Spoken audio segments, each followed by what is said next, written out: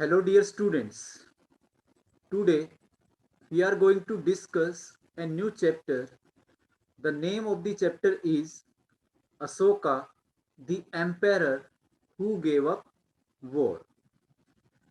Dear student, in the previous chapter, we discussed about the different communities of the Raja that is known as the Jana. We also discussed that how these communities of Raja or the Jana developed into the Mahajanpada and how the Mahajanpada developed into the kingdoms. Today, we are going to discuss about the Asoka, the emperor. Here, you will found a different word that is the emperor.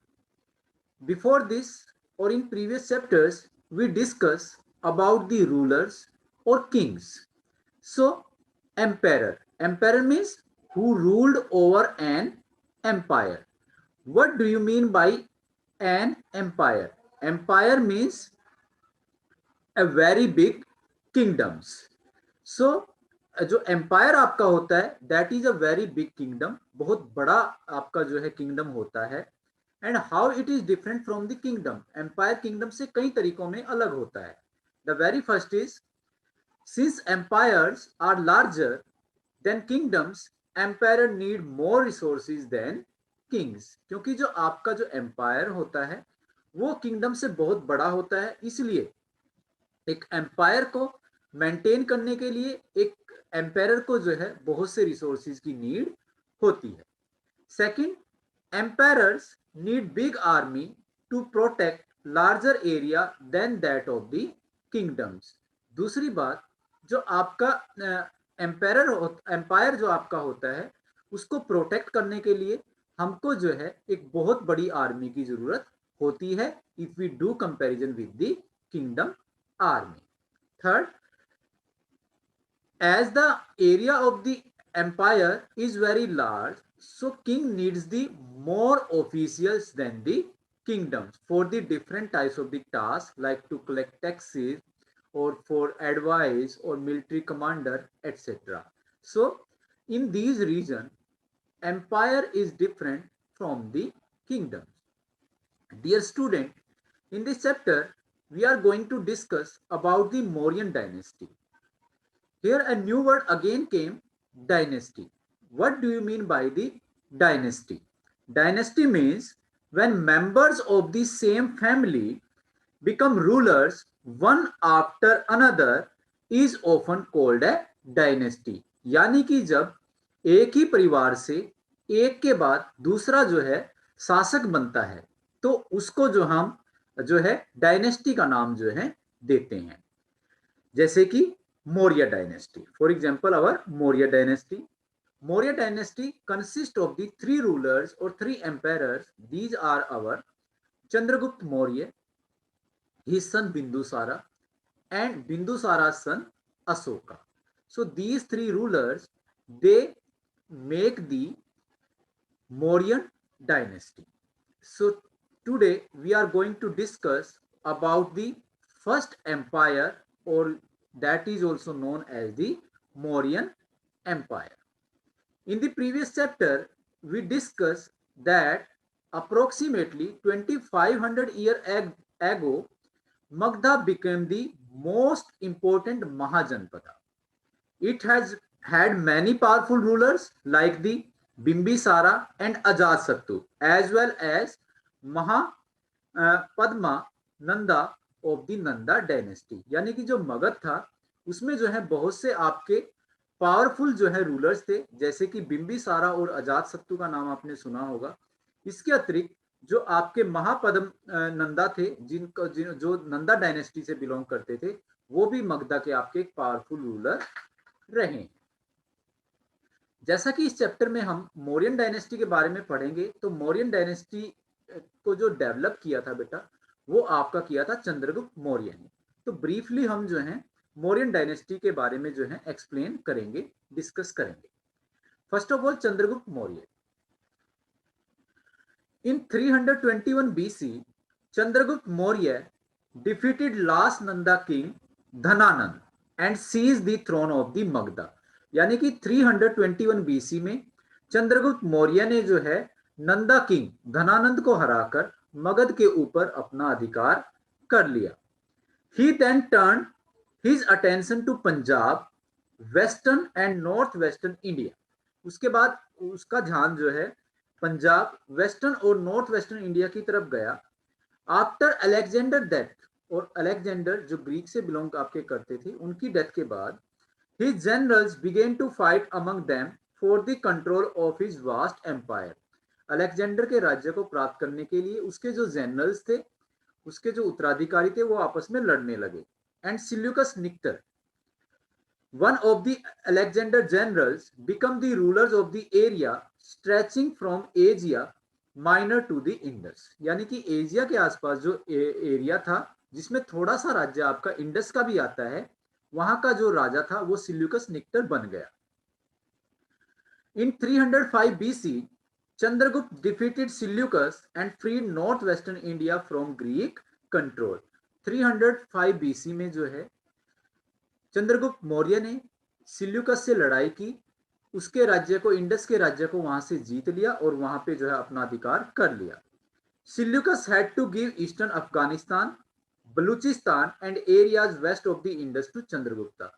जब Seleucus की हार हो गई तो Seleucus को जो है eastern Afghanistan, Balochistan और इंडस रिवर के आसपास का रीजन जो है वो चंद्रगुप्त मौर्य को देना पड़ा था।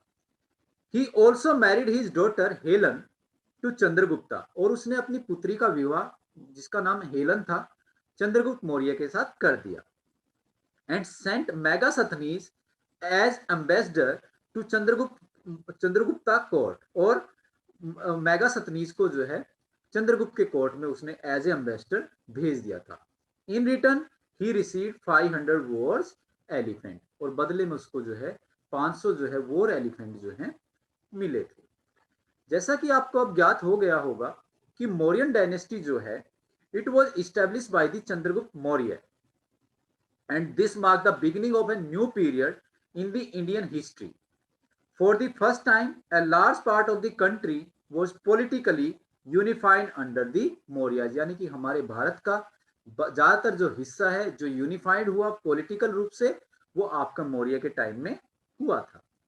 However, the credit of Chandragupta victory is given to the able guidance of a wise man named Chanakya और द कौटिल्य। हालांकि जो उनकी जीत का जो श्रेय है वो जो है एक वाइज मैन, उसके गाइड, उसके मेंटर, चंद्रगुप्त मौर्य के मेंटर चाणक्य या कौटिल्य को जो है जाता है, जिसकी जो है पर्सनल गर्ज थी धनानंद से।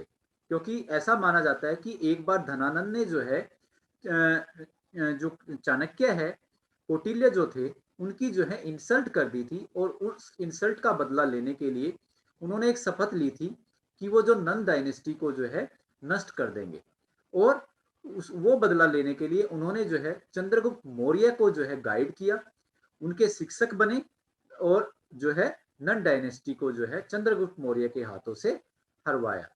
अगर हम बात करें the real name of the Chanakya is the विष्णुगुप्ता।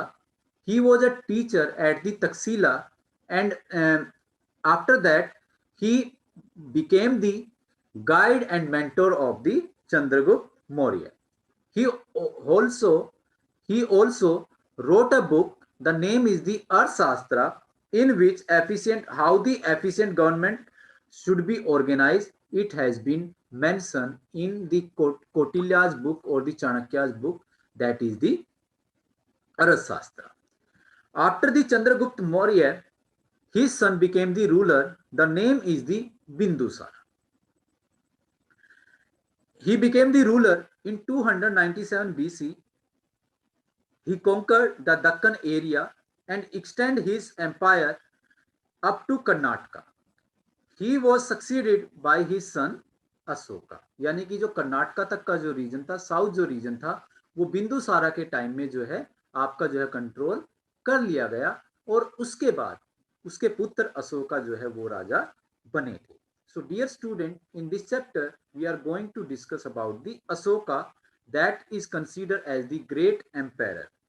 Dear student, Ashoka was the greatest ruler known to the history. He ascending the throne in 273 BC. He was the first ruler who tried to take his message directly to the people through inscriptions. यानी कि वो ऐसे पहले राजा थे जिन्होंने direct अपने message जो है पब्लिक तक पहुंचाए इंस्क्रिप्शंस के थ्रू। और उसके उनके इंस्क्रिप्शंस इतने फेमस थे कि बहुत से जो हैं आर्ट के पॉइंट ऑफ व्यू से भी बहुत ज्यादा जो है वो मैग्निफिसेंट थे। और हमारा जो नेशनल एम्बलम ऑफ इंडिया है, it is also taken from the Ashokan pillar और Ashokan inscription. Most Ashokan inscriptions were written in Prakrit language and in Brahmi script. Also, he was the only king in the history of the world who gave up conquest और Kalinga after winning a war. यानी कि जिसने अपनी जीतने के बाद भी, लड़ाई जीतने के बाद भी कलिंगा जो है वापस जो है लौटा दिया था। यानी कि उसके बाद उन्होंने जो है हमेशा जो है अपना नॉन वायलेंस का प्रचार किया। So in this chapter we are going to discuss about the Ashoka. What was the who was the Ashoka? What uh, uh, were the different tasks that has been done by the Ashoka? What was Ashoka Dhamma, and how the Ashoka spread his Dhamma? We are going to discuss in this chapter. So, dear student, have a look here. In this chapter, we are going to discuss about the King Ashoka and his empire. We will also discuss about Ashoka's Dhamma and his message after the war in Kalinga. So let's start this chapter. As I told you, dear student, about the dynasty, what do you mean by the dynasty? When members of the same family became rulers one after another, the family is often called a dynasty. यानी कि जब एक ही परिवार से जो है एक के बाद दूसरा जो है शासक बनता है, रूलर बनता है, तो इस प्रकार के परिवार को एक डायनेस्टी का नाम दिया जाता है, एक वंश का नाम दिया जाता है। ऐसे ही जो अशोका की डायनेस्टी थी, that is the Maurya dynasty. In the Mauryas were a dynasty with three important ruler. The names are Chandragupta, his son Bindusara and Bindusara son Ashoka. The most famous Mauryan ruler was Ashoka. और इन सब में से जो सबसे फेमस हुए हैं वो अशोका हैं। अशोका's kingdom was very big and was called an empire। Ashoka का जो किंगडम था वो बहुत बड़ा था और उसको एक एम्पायर का नाम दिया गया था। अशोका's empire क्या था बेटा अशोका के एम्पायर में? The empire that Ashoka ruled was founded by his grandfather, name is the Chandragupta Maurya, more than 2300 years ago. Chandragupta was supported by a wise man named Chanakya or Kautilya. Many of Chanakya's ideas were written down in a book called the अर्थशास्त्र। जैसे कि मैंने आपको बताया कि जो चंद्रगुप्त मौर्य को जो लीड किया था, जो गाइड किया था, वो चाणक्य ने किया था। और चाणक्य ने एक बुक भी लिखी है, the name of that book is the अर्थशास्त्र, जिसमें यह बताया गया है कि एडमिनिस्ट्रेशन को कैसे ऑर्गेनाइज किया जाना चाहिए। There were several cities in the empire including Pataliputra, Taxila and Ujjain. यहाँ पे कुछ इंपॉर्टेंट सिटीज थे जिसमें पाटलिपुत्रा, जिसको करंट में पटना के नाम से जाना जाता है, जो बिहार में आपका स्टैब्लिश है, तक्षशिला जो पाकिस्तान में आजकल आपका है, और उज्जैन जो मध्य प्रदेश में आपका है। ये कुछ फेमस सिटी जो थे वो मौर्यन एम्पायर के थे। Pataliputra was the capital, Pataliputra इनकी कैपिटल थी। Taxila was a gateway to the north west, और तक्षशिला के थ्रू जो है नॉर्थ वेस्ट रीजन में जाया जा सकता था, यानी कि अफगानिस्तान, बलूचिस्तान, इन एरियाज में आपका जाया जा सकता था, including central Asia. Central Asia को भी इंक्लूड इसमें किया जाता है। Ujjain lay on the route from north to south India, और उज्जैन जो था वो जो है एक रूट का काम करता था, एक रास्ते का काम करता था जो नॉर्थ से साउथ की ओर जाता था। Merchant, officials, craft person probably lived in these city, और इन शहरों में तकरीबन जो है व्यापारी, ऑफिशियल लोग और क्राफ्ट पर्सन जो है वो रहते थे। In other areas there were villages of farmer and herders. इन मर्चेंट्स ऑफिशियल और क्राफ्ट पर्सन के अतिरिक्त वहां पे जो है फार्मर और हर्डर्स भी रहते थे. In some areas such as central India there were forest where people gather forest produce and hunted animal for food. इसके अतिरिक्त कुछ लोग जो है फॉरेस्ट में भी रहते थे, जो जो है फॉरेस्ट प्रोड्यूस को कलेक्ट करते थे और एनिमल्स का जो है शिकार करते थे अपने भोजन के लिए. People in different part of the empire spoke different languages. जैसा कि मौर्य एम्पायर था वो बहुत बड़ा था, तकरीबन पूरे इंडियन सब कॉन्टिनेंट में जो है आपका मौर्यन एम्पायर था. तो मौर्यन एम्पायर में जो है आपके जो लोग थे वो अलग अलग भाषाओं को बोलते थे. They probably at different kind of food. वो अलग अलग प्रकार का भोजन खाते थे एंड वो different kind of cloth as well. और इसी प्रकार से वो अलग अलग प्रकार के कपड़े भी पहनते थे. यानी कि सबको जो है एक स्वतंत्रता थी कि वो जैसा चाहे वो वैसा कर सकते थे. Now how the empire different from kingdom. I have already told you about the empire, how it different from the kingdom. Once again have a look here. Emperor need more resources than kings because empires are larger than kingdoms and need to be protected by big armies. जो empire होते हैं उनको जो है एक बड़े resources की जरूरत होती है क्योंकि उनको बड़े राज्य को जो है कंट्रोल करना होता है और उनको जो है बहुत ज्यादा आर्मी भी रखनी होती है ताकि वो दुश्मनों से अपने किंगडम को, अपने एम्पायर को बचा सके. So also they need a large number of official who collect taxes. अब जैसे कि एम्पायर बहुत बड़ा होता है तो उसमें अलग अलग ऑफिशियल की नीड भी होती है जो अलग अलग प्रकार से टैक्सेस को कलेक्ट कर सकें.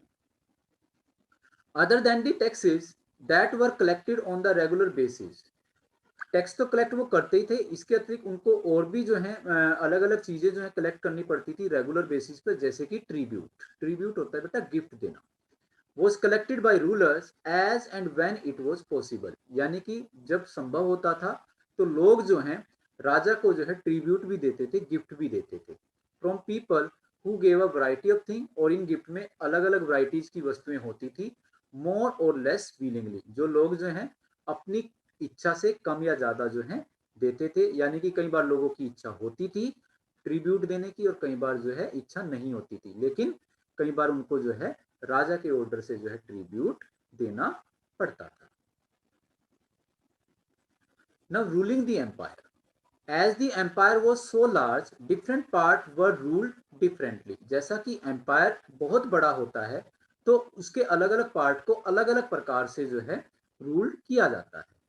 The area around Pataliputra was under direct control of the empire. जैसे कि पाटलिपुत्रा जो थी वो मौर्य किंगडम की जो है, मगध की जो है कैपिटल थी, तो वो डायरेक्टली जो है एम्पायर के द्वारा जो है कंट्रोल की जाती थी. This meant that officials were appointed to collect taxes from farmers, herders, craft person and trader who lived in villages and towns in the area. इसका मतलब ये है कि ऑफिशियल तो वहां पे भी जो आपके अपॉइंट किए जाते थे, जो किसानों से, पशुपालकों से, क्राफ्ट पर्सन से, व्यापारियों से जो है गांव में और शहरों में जो है टैक्स लेते थे. Official also punish those who disobey the rulers order. और ऑफिशियल जो होते थे वो उनको भी जो है पनिशमेंट देते थे जो राजा के ऑर्डर को नहीं मानता था. Many of these officials were given salaries. और बहुत से ऑफिशियल को इनमें से जो है सैलरी दी जाती थी. Messenger went to and fro. To and fro means आपका जो है फार एंड नियर. यानी कि जो मैसेंजर होते थे, संदेशवाहक जो होते थे, वो पास और दूर की जगहों पर जाते थे. And spice kept a watch on the official. और जो स्पाइस होते थे, सैनिक जो होते थे, वो ऑफिशियल के ऊपर नजर रखते थे. And of course the empire supervise them all. और एम्पायर उन सब के ऊपर जो है नजर रखता था, यानी कि स्पाइस के ऊपर भी, मैसेंजर के ऊपर भी और ऑफिशियल्स के ऊपर भी. With the help of members of the royal family. अपनी रॉयल फैमिली यानी कि जो उनका खुद का परिवार होता था उन परिवार के मेंबर की सहायता से. एंड सीनियर मिनिस्टर या जो उनके विश्वास पात्र मिनिस्टर होते थे उनकी सहायता से जो है सबके ऊपर जो है राजा नजर रखता था, यानी कि सबको अपने सुपरविजन में रखता था. There were other areas or provinces that were ruled from a provincial capital. अब कैपिटल के अतिरिक्त जो है कुछ और भी आपके प्रोविंसेस होते थे। प्रोविंसेस में स्टेट, जैसे कि इंडिया आपका एक जो है कंट्री है, उसके अलग अलग प्रोविंसेस, अलग अलग स्टेट है, जैसे कि पंजाब हो गया बेटा आपका, हरियाणा हो गया आपका, यूपी हो गया। तो इस प्रकार से जो बड़ा बड़ा जो आपका एम्पायर था, उसको भी जो है अलग अलग एरिया यानी कि प्रोविंसेस में डिवाइड किया हुआ था। और जो रूलर्स जो होते थे, एम्पायर जो होते थे, अपनी कैपिटल से जो है उन प्रोविंस को जो है रूल करते थे, सच एज तक्षशिला और उज्जैन। जैसे कि तक्षशिला उस समय फेमस था आपका, और Ujjain. Although there was some amount of control from Pataliputra, हालांकि पाटलिपुत्रा से भी जो है कुछ हद तक जो है उनके ऊपर जो है कंट्रोल किया जाता था। And royal princes were often sent as governor, और उनका अधिकार जो होता था, उनके ऊपर जो शासन जो चलाते थे वो गवर्नर चलाते थे, यानी कि गवर्नर को प्रोविंस का हेड बनाकर भेजा जाता था। Local customs and rules were probably followed, लेकिन उन प्रोविंसेस में जो वहां के लोकल कस्टम थे, लोकल जो रूल्स थे, उनको भी जो है फॉलो किया जाता था, यानी कि लोगों को उस चीज की जो है स्वतंत्रता दी हुई थी। Beside there were vast area between the centre, इन सेंटर के बीच में जो है बहुत बड़ा एरिया पड़ता था। Here the Mauryas tried to control roads and river, यहाँ पे जो मौर्याज होते थे वो रोड्स और रिवर को जो है कंट्रोल करने का प्रयास करते थे। विच वर इंपॉर्टेंट फॉर ट्रांसपोर्ट, क्योंकि जो रोड्स और रिवर होती हैं ये ट्रांसपोर्ट के लिए जो है महत्वपूर्ण होते हैं, इंपॉर्टेंट होते हैं। And to collect whatever resources were available as tax and tribute, और इन नदियों के द्वारा ही, इन रोड्स के द्वारा ही जो है आपके टैक्स और ट्रिब्यूट जो है कलेक्ट किए जाते थे। फॉर एग्जाम्पल, द अर्थशास्त्र tells us that northwest was important for blanket and south India for its gold and precious stone। जैसे कि पहले बताया गया है कि रिवर और रोड के ऊपर जो है राजा अपना अधिकार रखता था। जैसे कि अभी आपको बताया गया था कि तक्षशिला से जो है नॉर्थ वेस्ट की तरफ जाया जा सकता था, सेंट्रल एशिया आपका अफगानिस्तान और बलूचिस्तान तक जाया जा सकता था। तो जो आपका नॉर्थ वेस्टर्न जो रीजन था ये ब्लैंकेट के लिए आपका फेमस था। ऐसे ही जो साउथ इंडिया था, जहां पे साउथ इंडिया में आपका उज्जैन के थ्रू जाया जा सकता था, तो वो आपका गोल्ड और प्रीशियस स्टोन के लिए फेमस था। तो इसलिए राजा जो लोग थे वो जो है रोड्स और रिवर के ऊपर कंट्रोल करके रखते थे। It is possible that these resources were collected as tribute, तो ऐसा संभव हो सकता है कि ये रिसोर्सेज जो है एज ए ट्रिब्यूट जो है कलेक्ट किए जाते हों। There were also the forested region, और इसके अतिरिक्त जो है जंगली जो रीजन्स थे, जंगली जो इलाके थे वो भी होते थे, यानी कि जो वनों से ढके रहते थे। People living in these area were more और लेस इंडिपेंडेंट, इन एरिया में जो लोग रहते थे वो कम या ज्यादा रूप से जो है इंडिपेंडेंट होते थे, स्वतंत्र होते थे। But may have been expected to provide elephant, timber, honey and wax to Mauryan officials, लेकिन उनको जो है वो स्वतंत्र तो होते थे, लेकिन उनको जो है मोरियन ऑफिशियल्स को जो है या मोरियन शासक को जो है एलिफेंट, टिम्बर, हनी और वैक्स जो है वो प्रोवाइड करना होता था। यानी कि फॉरेस्ट में जो लोग रहते थे वो अपने कस्टम्स के अकॉर्डिंग चल सकते थे, लेकिन राजाओं की बात को भी उनको जो है मानना पड़ता था। Now we are going to discuss about the Asoka, that was a very unique ruler or very famous ruler in the history. Asoka was one of the greatest ruler known to the history. Most of Asoka's inscriptions were in Prakrit language and were written in Brahmi script। यानी कि ऐसा माना जाता है कि अशोक जो है अपने संदेश को सीधा जो है पब्लिक तक पहुंचाते थे, इसीलिए वो जो है इंस्क्रिप्शन का सहारा इसके लिए लेते थे। उनके जो इंस्क्रिप्शंस होते थे प्राकृत लैंग्वेज में, ऑर्डिनरी पीपल की लैंग्वेज में लिखे होते थे, जो और जिनकी स्क्रिप्ट जो है ब्रह्मी स्क्रिप्ट होती थी। यानी कि जैसे प्राकृत लैंग्वेज है तो उसकी स्क्रिप्ट जो है ब्रह्मी स्क्रिप्ट थी। जैसे हमारी हिंदी की जो स्क्रिप्ट है वो देवनागरी है, इंग्लिश की जो स्क्रिप्ट है वो रोमन है, तो ऐसे ही प्राकृत जो लैंग्वेज थी उसकी स्क्रिप्ट जो थी ब्रह्मी स्क्रिप्ट थी। Ashoka was the first ruler who tried to take his message to the people through inscriptions carved on pillars as well as on rock surface। यानी कि अशोका एक पहला राजा था जिसने अपना संदेश जो है इंस्क्रिप्शंस के थ्रू दिया, जो पिलर्स के ऊपर कार्ड होते थे या रॉक सरफेसेस के ऊपर कार्ड किए जाते थे, यानी कि हार्ड सरफेस के ऊपर किए जाते थे। The lions that we see on our notes and coins as the national emblem of India, उनके पिलर की जो स्कल्पचर होती थी वो बहुत ज्यादा फेमस थी। और जैसा कि आप इस पिक्चर में देख रहे हैं, आपको जो है ये थ्री लॉयंस दिखाई दे रहे होंगे, that is consider as the national emblem of India. ये अशोकान पिलर से ही आपका लिया गया है, लेकिन एक्चुअली में आपके जो है फोर लॉयंस हैं, एक लॉयन हमको जो है दिखाई नहीं देता है। तो ये जो है this Ashokan pillar is consider our national emblem of India, ये हमारा एक राष्ट्रीय प्रतीक है।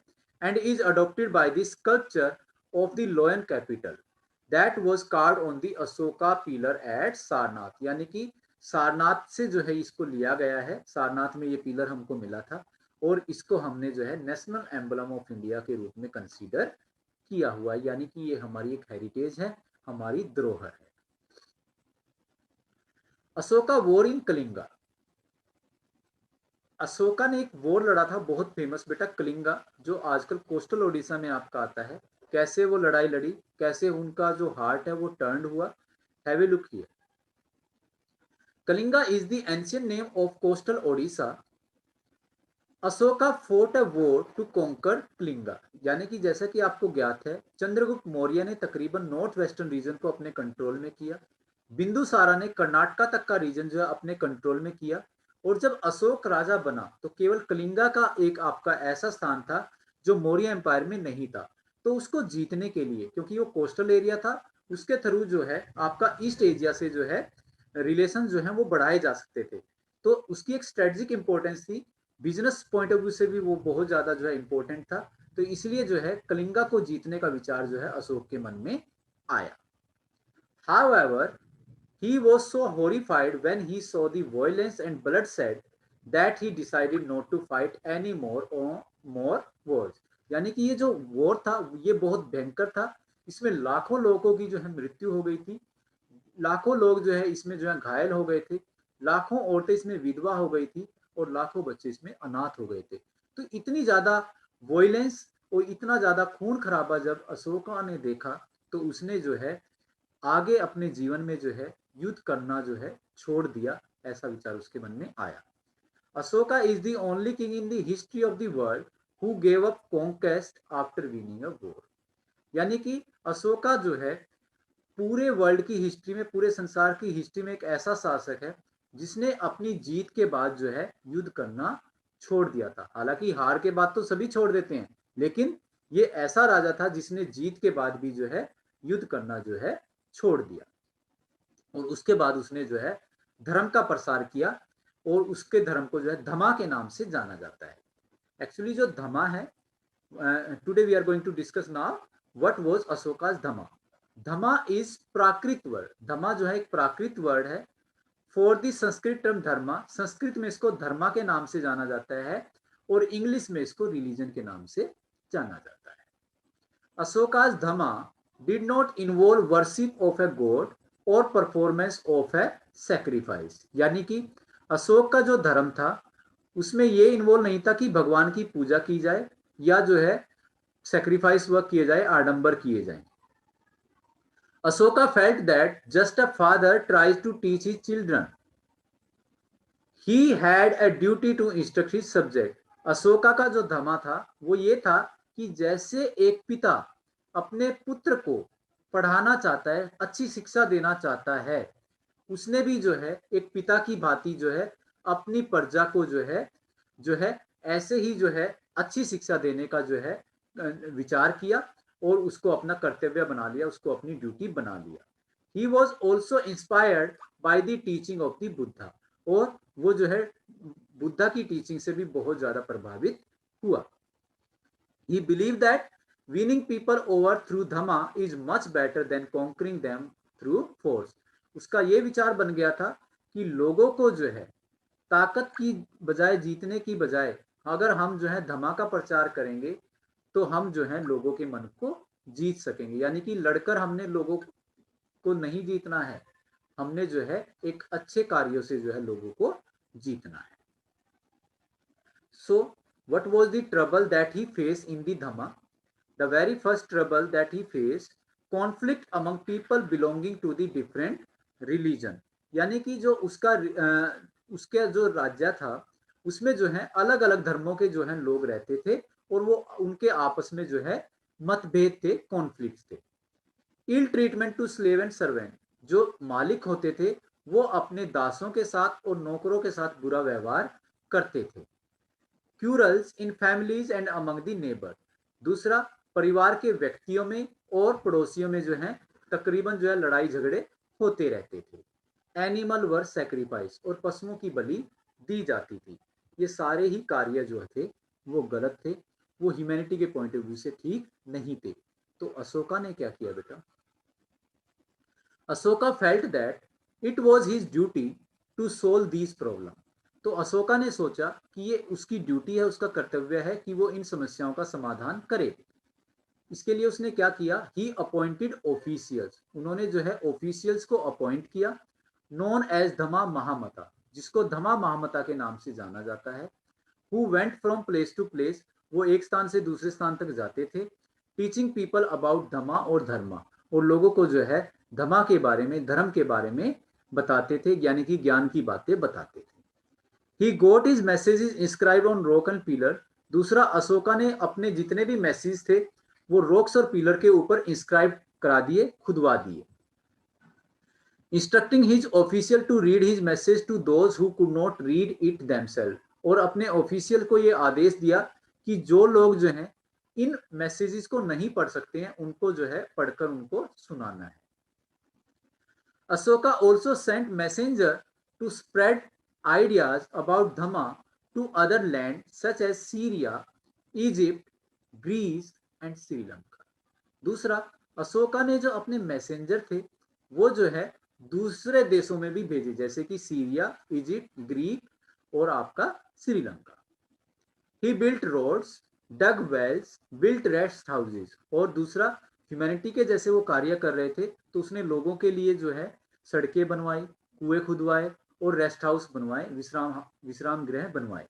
Beside he arrange for medical treatment for both human being and animal, और इसके अतिरिक्त जो है उन्होंने जो है इंसानों के लिए भी और पशुओं के लिए भी जो है मेडिकल ट्रीटमेंट भी जो है उपलब्ध कराए, यानी कि अस्पताल, हॉस्पिटल्स भी जो है बनवाए गए।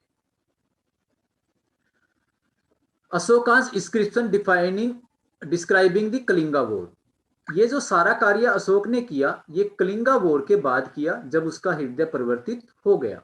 तो अशोका का एक इंस्क्रिप्शन मिला है जिसमें कलिंगा वॉर के बारे में बताया गया है।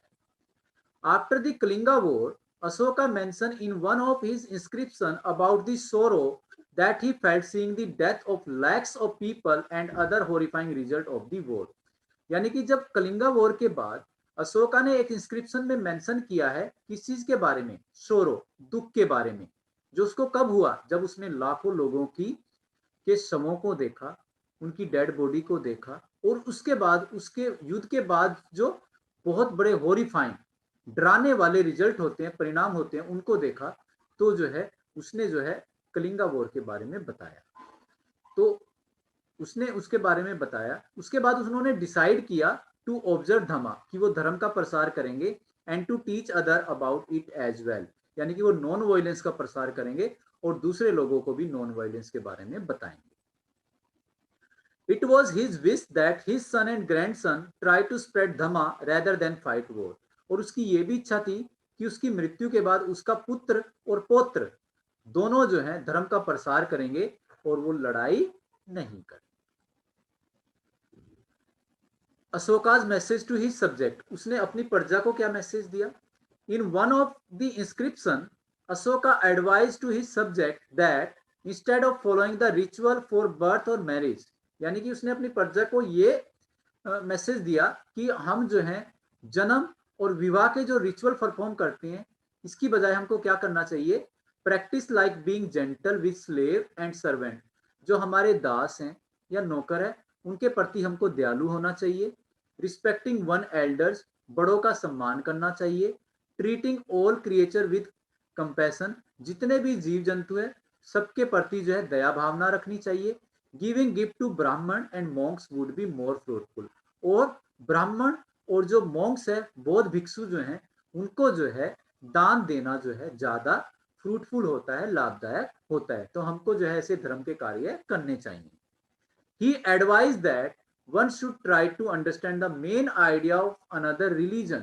दूसरा, उन्होंने ये भी एडवाइस किया कि जो दूसरे धर्म के जो आइडिया हैं, जो विचार हैं, उनको भी जो है समझना चाहिए, उनका भी आदर करना चाहिए। And respect the all religion, और सभी धर्मों का जो है हमको सम्मान करना चाहिए। तो इस प्रकार का मैसेज जो है अशोका ने अपने धर्म के थ्रू जो है दिया। लुकिंग अहेड, उसके बाद क्या हुआ बेटा, जब अशोका ने ये सारा कार्य कर लिया तो इसके बाद जो है मौर्य एम्पायर के बाद क्या हुआ। The Mauryan empire collapse about 2200 year ago. Mauryan empire का जो पतन है वो तकरीबन जो है 2200 ईयर एगो हुआ, जब लास्ट मौर्यन एम्पायर बृहद्रथा को पुष्यमित्र शुंगा ने जो है असैसिनेट कर दिया था, यानी कि मार दिया था। जो पुष्यमित्र शुंगा थे वो बृहद्रथा के जो हैं मिलिट्री कमांडर थे। और उसके बाद जो है मौर्यन एम्पायर के बाद जो है शुंगा डायनेस्टी जो है इंडिया में जो है आपकी आई थी। In it place and elsewhere several new kingdom rose. तो मौर्यन जो राज्य बहुत बड़ा था उसमें धीरे धीरे वो डिसेंट्रलाइज हुआ और उससे जो है नए नए राज्य जो है बने। आफ्टर मौर्यन एम्पायर कौन कौन से राज्य बने बेटा, Indo Greek kings, Sakas, Guptas, Kushanas, Sungas, Kanvas, Satavahana, Vakatakas were among the ruler of northern and central India. यानी कि ये अलग अलग राज्य जो हैं आपके मौर्यन एम्पायर से बने। इन साउथ इंडिया, और साउथ इंडिया में आपके तीन आपके पावरफुल रूलर्स हुए हैं। These are Cholas, Cheras and Pandyas, ruled between 2200 and 1800 year ago, and two large kingdom Pallavas and Chalukyas ruled about 1500 years ago। और इसके अतिरिक्त जो है पल्लवाज और चालुक्याज जो हैं ये भी आपके बहुत फेमस हुए हैं, जिन्होंने तकरीबन जो है 1500 तक शासन जो है किया। तो इस प्रकार से ये सारे जो आपके जो हैं किंगडम्स हैं, they emerge from the, they rose from the Mauryan empire. There were several other kingdoms and kings as well. We know about them from their coins and inscription as well as from books. यानी कि ये जो सारे जो आपके kingdom थे इनके बारे में हमको जो है इंस्क्रिप्शन से पता लगता है और उनके द्वारा इशू किए गए कॉइन से पता लगता है या बुक से हमको उनके बारे में पता लगता है। The other changes in which ordinary men and women played a major role including the spread of agriculture and growth of new towns, craft production and trade। इसके अतिरिक्त और भी चेंजेस आए, यानी कि जो साधारण जो है पुरुष और स्त्रियां थी उन्होंने जो है एग्रीकल्चर फील्ड में जो है बहुत बड़ा योगदान दिया। और इसके अतिरिक्त जो है नए नए टाउन्स, क्राफ्ट प्रोडक्शन और ट्रेड जो है वो आपके विकसित हुए। Trader explored land route within the subcontinent and outside. जो हमारे ट्रेडर थे, व्यापारी जो थे, उन्होंने इंडियन सब कॉन्टिनेंट में और इससे बाहर अलग अलग जो है लैंड रूट्स को जो है एक्सप्लोर किया। एंड सी रूट, और इसके अतिरिक्त सी रूट को भी एक्सप्लोर किया जिसमें हम वेस्ट एशिया, ईस्ट अफ्रीका और साउथ ईस्ट एशिया में जो है जा सकते थे। यानी कि अलग अलग रूट्स का पता भी जो है ट्रेडर के थ्रू हमको जो है मिलता है। Many new buildings were built, नई नई बिल्डिंग्स जो है वो बनाई गई, including the earliest temples and stupa, जिसमें जो है आपके अर्लीस्ट टेम्पल्स और स्तूपा भी इंक्लूडेड हैं। Books were written and scientific discoveries were made. इसके अतिरिक्त बहुत सी पुस्तकें लिखी गई और साइंटिफिक डिस्कवरी भी भारत में हुई, जिसमें सबसे ज्यादा जो साइंटिफिक डिस्कवरी हुई वो गुप्ता डायनेस्टी में आपकी हुई थी। These development took place at the same time, और ये जो आपकी जो डेवलपमेंट्स हैं ये आपकी जो है एक ही स्थान पर जो है अलग अलग प्रकार से आपकी डेवलपमेंट्स हुई। So dear student, this is our chapter. I hope you understood the Mauryan Empire. Thank you and have a nice day. God bless you.